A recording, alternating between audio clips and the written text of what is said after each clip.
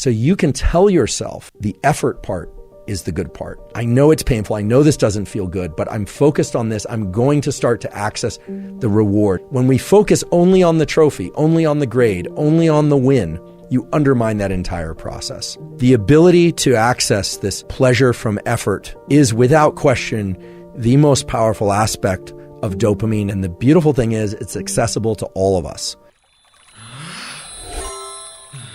Hard work is hard.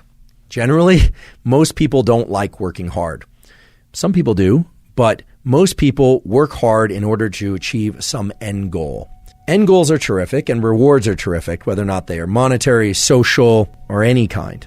However, working hard at something for sake of a reward that comes afterward can make the hard work much more challenging and make us much less likely to lean into hard work in the future.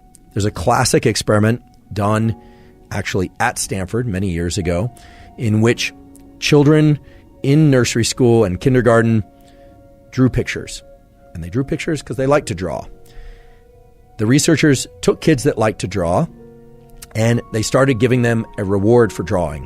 The reward generally was a gold star or something that a young child would find rewarding.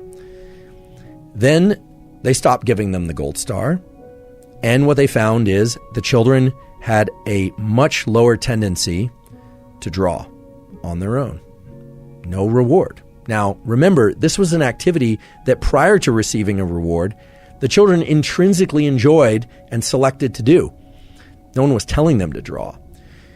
What this relates to is so-called intrinsic versus extrinsic reinforcement.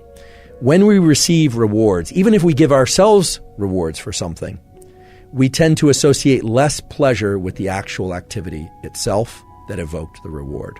If you get a peak in dopamine from a reward, it's going to lower your baseline, and the cognitive interpretation is that you didn't really do the activity because you enjoyed the activity, you did it for the reward.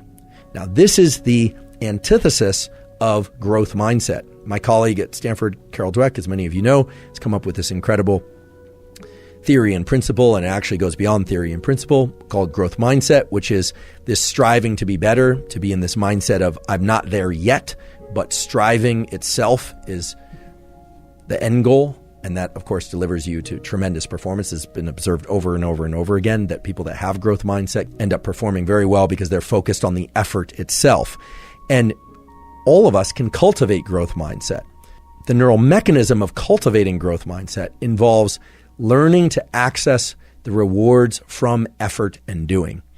And that's hard to do because you have to tell yourself, okay, this effort is great. This effort is pleasurable, even though you might actually be in a state of physical pain from the exercise. Or I can recall this from college, just feeling like I wanted to get up from my desk, but forcing myself to study, forcing myself. What you find over time is that you can evoke dopamine release from the friction and the challenge that you happen to be in. You completely eliminate the ability to generate those circuits and the rewarding process of being able to reward friction while in effort if you are focused only on the goal that comes at the end. So if you say, oh, I'm going to do this very hard thing and I'm going to push and push and push and push for that end goal that comes later, not only do you enjoy the process of what you're doing less, you actually make it more painful while you're engaging in it. You make yourself less efficient at it because if you were able to access dopamine while in effort, dopamine has all these incredible properties of increasing the amount of energy in our body and in our mind, our ability to focus, but also you are undermining your ability to lean back into that activity the next time. The next time you need twice as much coffee and 3 times as much loud music and 4 times as much energy drink and the social connection just to get out the door in order to do the run or to study. So what's more beneficial is to attach the feeling of friction and effort to an internally generated reward system. You're not just pursuing the things that are innately pleasurable. So you can tell yourself the effort part is the good part. I know it's painful. I know this doesn't feel good, but I'm focused on this. I'm going to start to access the reward. You will find the rewards, meaning the dopamine release inside of effort if you repeat this over and over again. And what's beautiful about it is that it starts to become reflexive for all types of effort. When we focus only on the trophy, only on the grade, only on the win as the reward, you undermine that entire process. So how do you do this? You do this in those moments of the most intense friction. You tell yourself, this is very painful, and because it's painful, it will evoke an increase in dopamine release later, meaning it will increase my baseline in dopamine. But you also have to tell yourself that in that moment, you are doing it by choice and you're doing it because you love it. And I know that sounds like lying to yourself, and in some ways it is lying to yourself, but it's lying to yourself in the context of a truth, which is that you want it to feel better. You want it to feel even pleasureful. Now, this is very far and away different from thinking about the reward that comes at the end, the hot fudge sundae for after you cross the finish line. And you can replace hot fudge sundae with whatever reward happens to be appealing to you. We revere people who are capable of doing what I'm describing.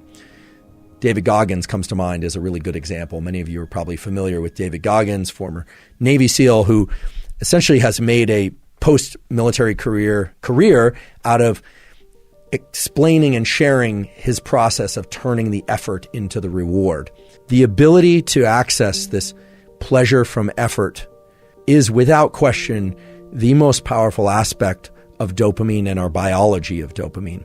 And the beautiful thing is it's accessible to all of us. But just to highlight the things that can interfere with and prevent you from getting dopamine release from effort itself, don't spike dopamine prior to engaging in effort. And don't spike dopamine after engaging in effort. Learn to spike your dopamine from effort itself.